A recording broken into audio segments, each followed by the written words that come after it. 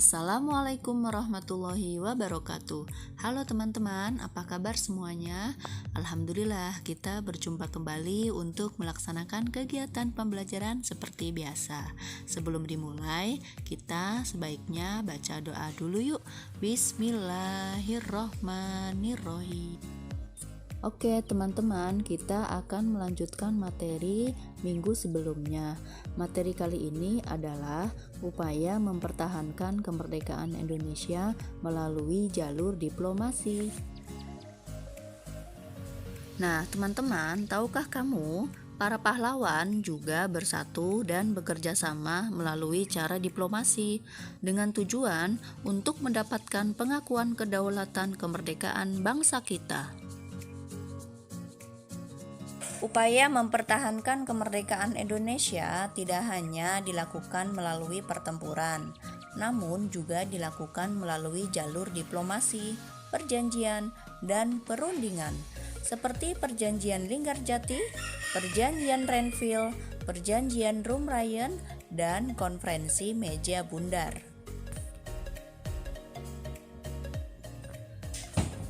Perjanjian Linggarjati. Perjanjian Linggarjati berlangsung pada tanggal 15 November 1946 sampai 25 Maret 1947. Perjanjian Linggarjati adalah perundingan antara Indonesia dan Belanda di Linggarjati, Jawa Barat, yang menghasilkan persetujuan mengenai status kemerdekaan Indonesia. Perjanjian tersebut ditandatangani secara sah oleh kedua negara pada tanggal 25 Maret 1947. Tokoh yang ikut serta dalam Perjanjian Linggarjati dari Indonesia yaitu Sultan Syahrir sebagai ketua, Aka Gani, Susanto Tirtoprojo, dan Muhammad Rum. Pemerintah Belanda, Wim Schermerhorn sebagai ketua dan H.J. van Mook. Hasil perundingan Linggarjati. 1. Belanda mengakui secara de facto wilayah Republik Indonesia yaitu Jawa, Sumatera, dan Madura. 2. Belanda harus meninggalkan wilayah Republik Indonesia paling lambat tanggal 1 Januari 1949. 3. Pihak Belanda dan Indonesia sepakat membentuk Negara Republik Indonesia Serikat atau RIS. 4. Dalam bentuk RIS, Indonesia harus tergabung dalam Commonwealth atau Persemakmuran.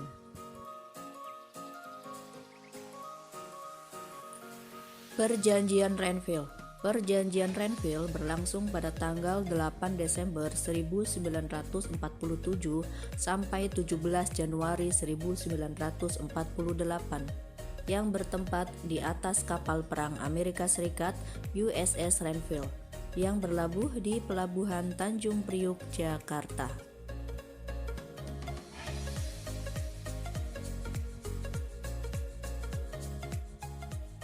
Delegasi Indonesia dipimpin oleh Amir Syarifuddin.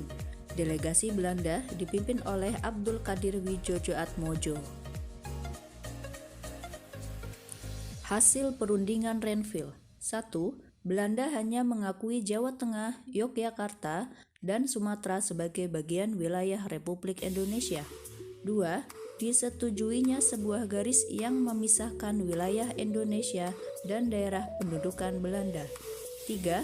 TNI harus ditarik mundur dari daerah-daerah kantongnya di wilayah pendudukan di Jawa Barat dan Jawa Timur.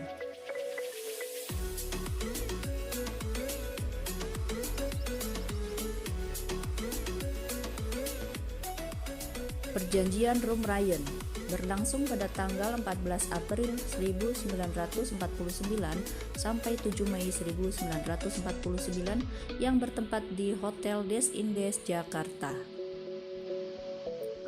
Tokoh Perjanjian Rumrayyan dari Indonesia adalah Muhammad Rum dan dari Belanda Herman van Rooyen. Hasil perundingan Rumrayyan. 1. Angkatan bersenjata Indonesia akan menghentikan semua aktivitas gerilya. 2. Pemerintah Republik Indonesia akan menghadiri KMB. 3. Pemerintah Republik Indonesia dikembalikan ke Yogyakarta. 4. Angkatan bersenjata Belanda akan menghentikan semua operasi militer dan membebaskan semua tawanan perang.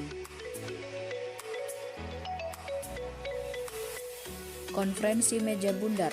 Konferensi Meja Bundar berlangsung pada tanggal 23 Agustus 1949 sampai 2 November 1949, bertempat di Den Haag, Belanda.